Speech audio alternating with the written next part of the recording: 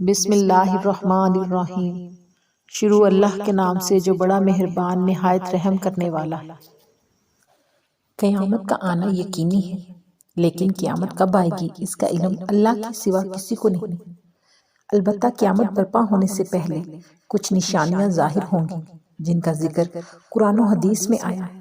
قرآن مجید میں ارشاد باری تعالیٰ ہے، ترجمہ: ان قریب دکھائیں گے ہم انہیں نشانیاں، آفاق میں بھی اور ان کے اپنے نفس میں بھی، یہاں تک کہ ان کے سامنے ظاہر ہو جائیں گی۔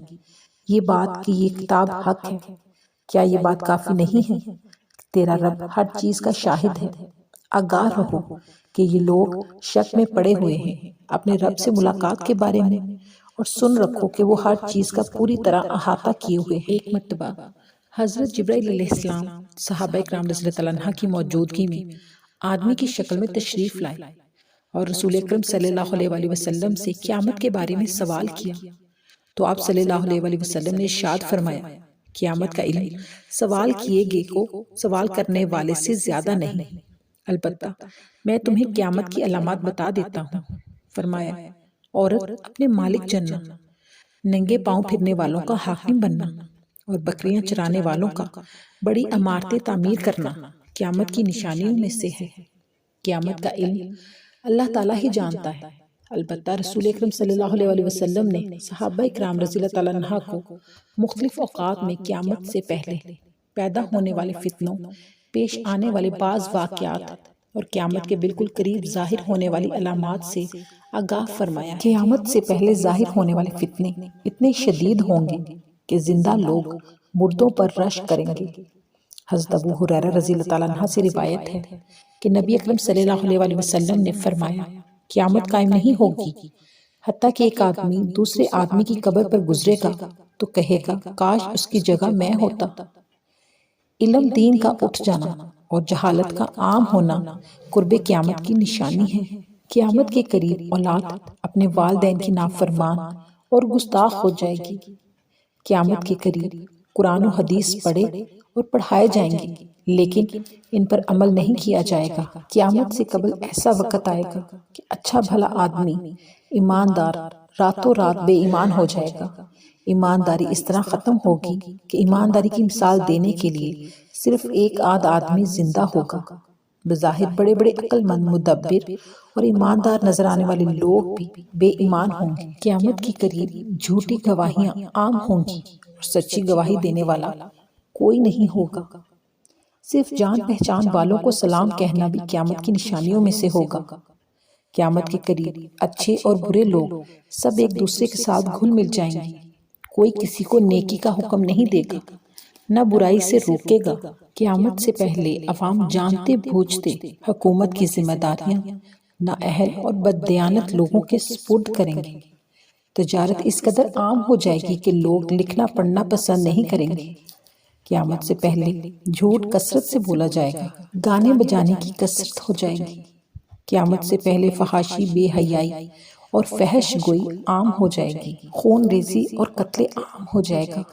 عورتوں کا تنگ، باریک اور عریاں لباس پہن کر اپنے جسم اور حسن کی نمائش کرنا بھی قیامت کے فتنوں میں سے ایک فتنہ ہوگا۔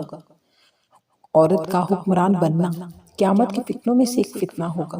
کفار کی پیروی کرنے کے معاملہ میں مسلمان کسی سے پیچھے نہیں رہیں گے۔ فتنوں کے دوران ایمان پر قائم رہنے والا بڑا خوش نصیب ہوگا۔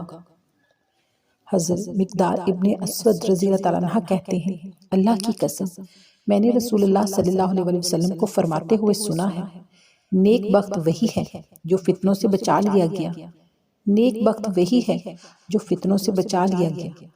نیک بخت وہی ہے جو فتنوں سے بچا لیا گیا اور جو فتنوں میں آزمایا گیا اور اس نے صبر کیا، اس کا کیا ہی کہنے، اور اس نے صبر کیا، اس کے کیا ہی کہنے۔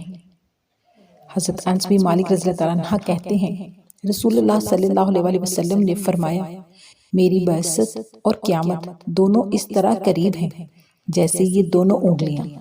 قیامت کے قریب علماء کی اموات کثرت سے ہوں گی۔ جاہل لوگ مفتی بن کر لوگوں کو گمراہ کریں گے۔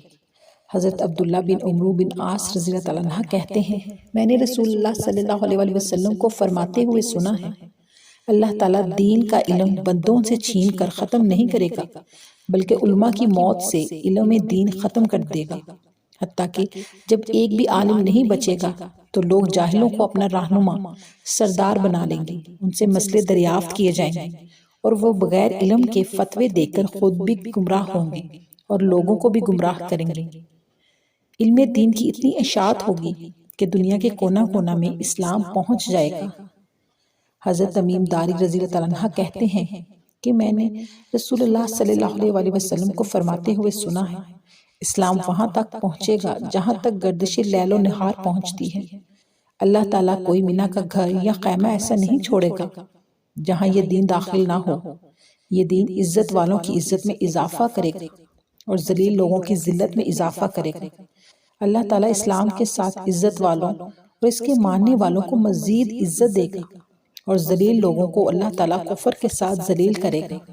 حضرت ابو ہریرہ رضی اللہ عنہ کہتے ہیں رسول اللہ صلی اللہ علیہ وسلم نے فرمایا، قیامت سے پہلے سرزمین عرب میں سرسبز و شاداب چراگاہیں اور نہریں ہوں گی۔ ایک سوار عراق اور مکہ کے درمیان سفر کرے گا اور اسے راستہ بھٹکنے کے علاوہ کوئی خوف نہ ہوگا اور حرج بہت زیادہ ہوگا۔ صحابہ کرام رضی اللہ عنہ نے عرض کیا، یا رسول اللہ حرج کیا ہے؟ آپ صلی اللہ علیہ وسلم نے فرمایا، قتل۔ قیامت سے قبل عورتوں کی اتنی کثرت ہوگی کہ 40 50 عورتوں کی کفالت کے لیے صرف ایک مرد ہوگا۔ حضرت ابو موسیٰ رضی اللہ عنہ سے روایت ہے، رسول اللہ صلی اللہ علیہ وسلم نے فرمایا، لوگوں پر ایک زمانہ ایسا آئے گا کہ آدمی سونے کا صدقہ لے کر نکلے گا لیکن اسے قبول کرنے والا کوئی نہیں ہوگا، اور ایک ایک مرد کے ساتھ 40 عورتیں ہوں گی جو اس سے پناہ حاصل کریں گی۔ یہ مردوں کی قلت اور عورتوں کی کثرت کے سبب ہوگا۔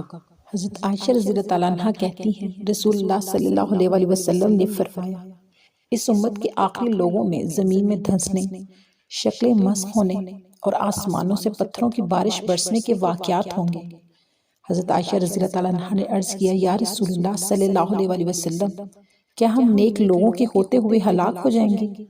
آپ صلی اللہ علیہ وسلم نے ارشاد فرمایا، ہاں، جب فسق و فجار غالب ہو جائے تو لوگ ہلاک ہوں گے۔ اللہ پاک سے دعا ہے کہ وہ ہمارا ایمان کی حالت میں خاتمہ فرمائے، آمین۔